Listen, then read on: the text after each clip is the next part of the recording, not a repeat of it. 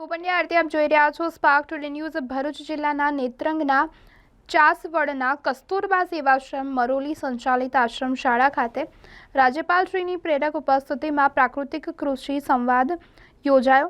આશ્રમ શાળામાં ધેનુગીર ગૌશાળા, અર્પણ હોલ તથા ઔષધ બાગનું લોકાર્પણ રાજ્યપાલ શ્રી આચાર્ય દેવવ્રતજીના વરદ હસ્તે કરાયું। રાજ્યપાલશ્રીએ સંબોધનને બદલે પારસ્પરિક સંવાદ द्वारा प्राकृतिक कृषि अंगेनी विस्तृत समझ आपी। लागत बढ़ रही थी और जो उत्पादन मिलता था वो जहरीला होता था। उससे बचने के लिए मैंने फिर 3 साल जैविक खेती की, ऑर्गेनिक फार्मिंग की।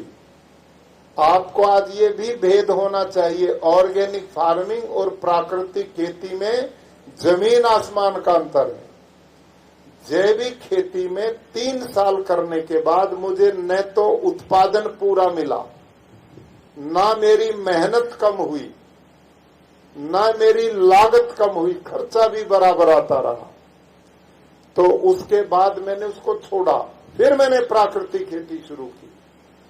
जैविक खेती में क्या होता है, इसमें वर्मी कंपोस्ट बनाते हैं, जिसमें हड़सिया जो प्रयोग करते हैं वो हमारे देश का नहीं है, वो बाहर देश का लाया हुआ है। अब बाहर देश के तो अंग्रेज थे, वो मुश्किल भगाए हमने, और इस हड़सिया को भी हम बाहर से लेके आए। जबकि हमारे देश का जो हड़सिया है वो बाहर वाले हड़सिया से डबल मजबूत भी है और काम भी उससे कई गुना ज्यादा करता है। ये विदेशी हड़सिया जो जैविक खेती में है, ये जैविक खेती मूलतः भारत की कृषि नहीं, ये भी विदेशी है, क्योंकि इसका मूल हड़सिया है और वो केवल छाण खाता, गोबर खाता, वो मिट्टी नहीं खाता। और एक टेम्परेचर ज्यादा होता उसमें भी मर जाता और कम टेम्परेचर में भी मर जाता है। और जैविक खेती में गोबर की खाद बहुत डालनी पड़ती है। जब गोबर की खाद बहुत डालते हैं तो उसमें मीथेन जैसी गैसेज पैदा होती हैं और वो जलवायु को खराब करती हैं, ग्लोबल वार्मिंग पैदा करती हैं।